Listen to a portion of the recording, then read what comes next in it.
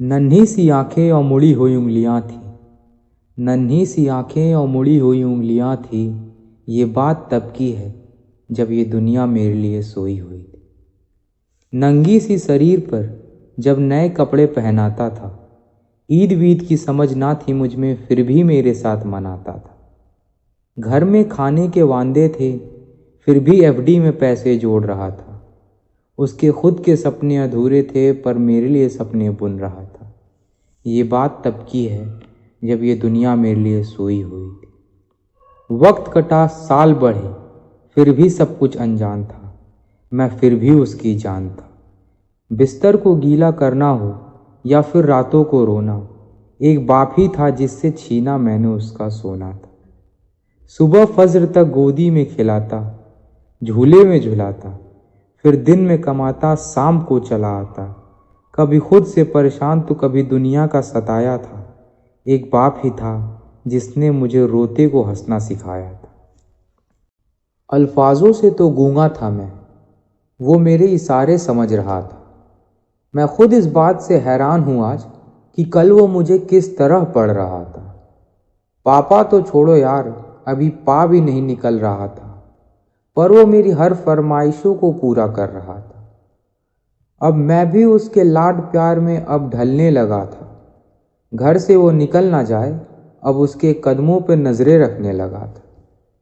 और मुद्दे तो हजार थे बाजार में उसके पास, पर कब ढल जाए सूरज, उसको सिर्फ इसी का इंतजार था।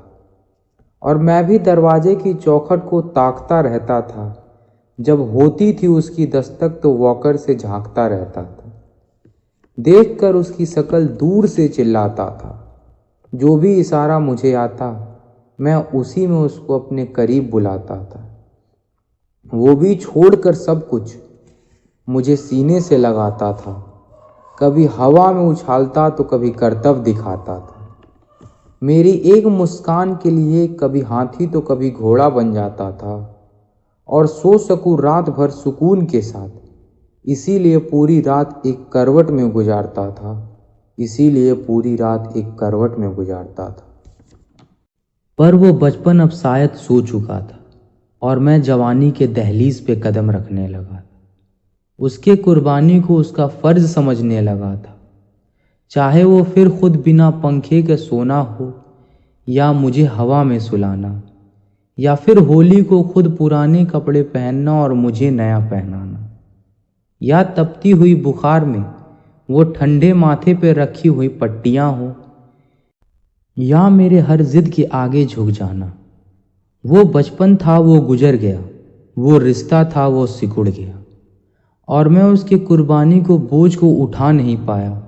इसीलिए वह शहर में कहीं दूर छोड़ आया। नया शहर था, नए शहर की हवा अब मुझ पे चढ़ने लगी थी।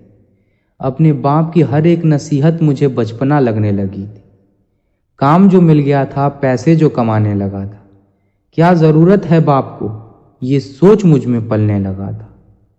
और उधर मेरा बाप बेचैन था मेरी याद में कि कुछ रोज़ तो घर आ जा बेटा, बस यही थी उसकी फरियाद में। और मैं उससे हिसाब करने लगा था जो दुनिया का कर्जदार था। क्या ज़रूरत है तुम्हें पापा इतने पैसे की, ये सवाल करने लगा था। अब घड़ी का काटा फिर पलट चुका था। कल तक किसी का बेटा आज किसी का बाप बन चुका था। और हसरतों का स्वेटर मैं भी बुनने लगा था। कल क्या करेगा मेरा बेटा, यही सोचने लगा था।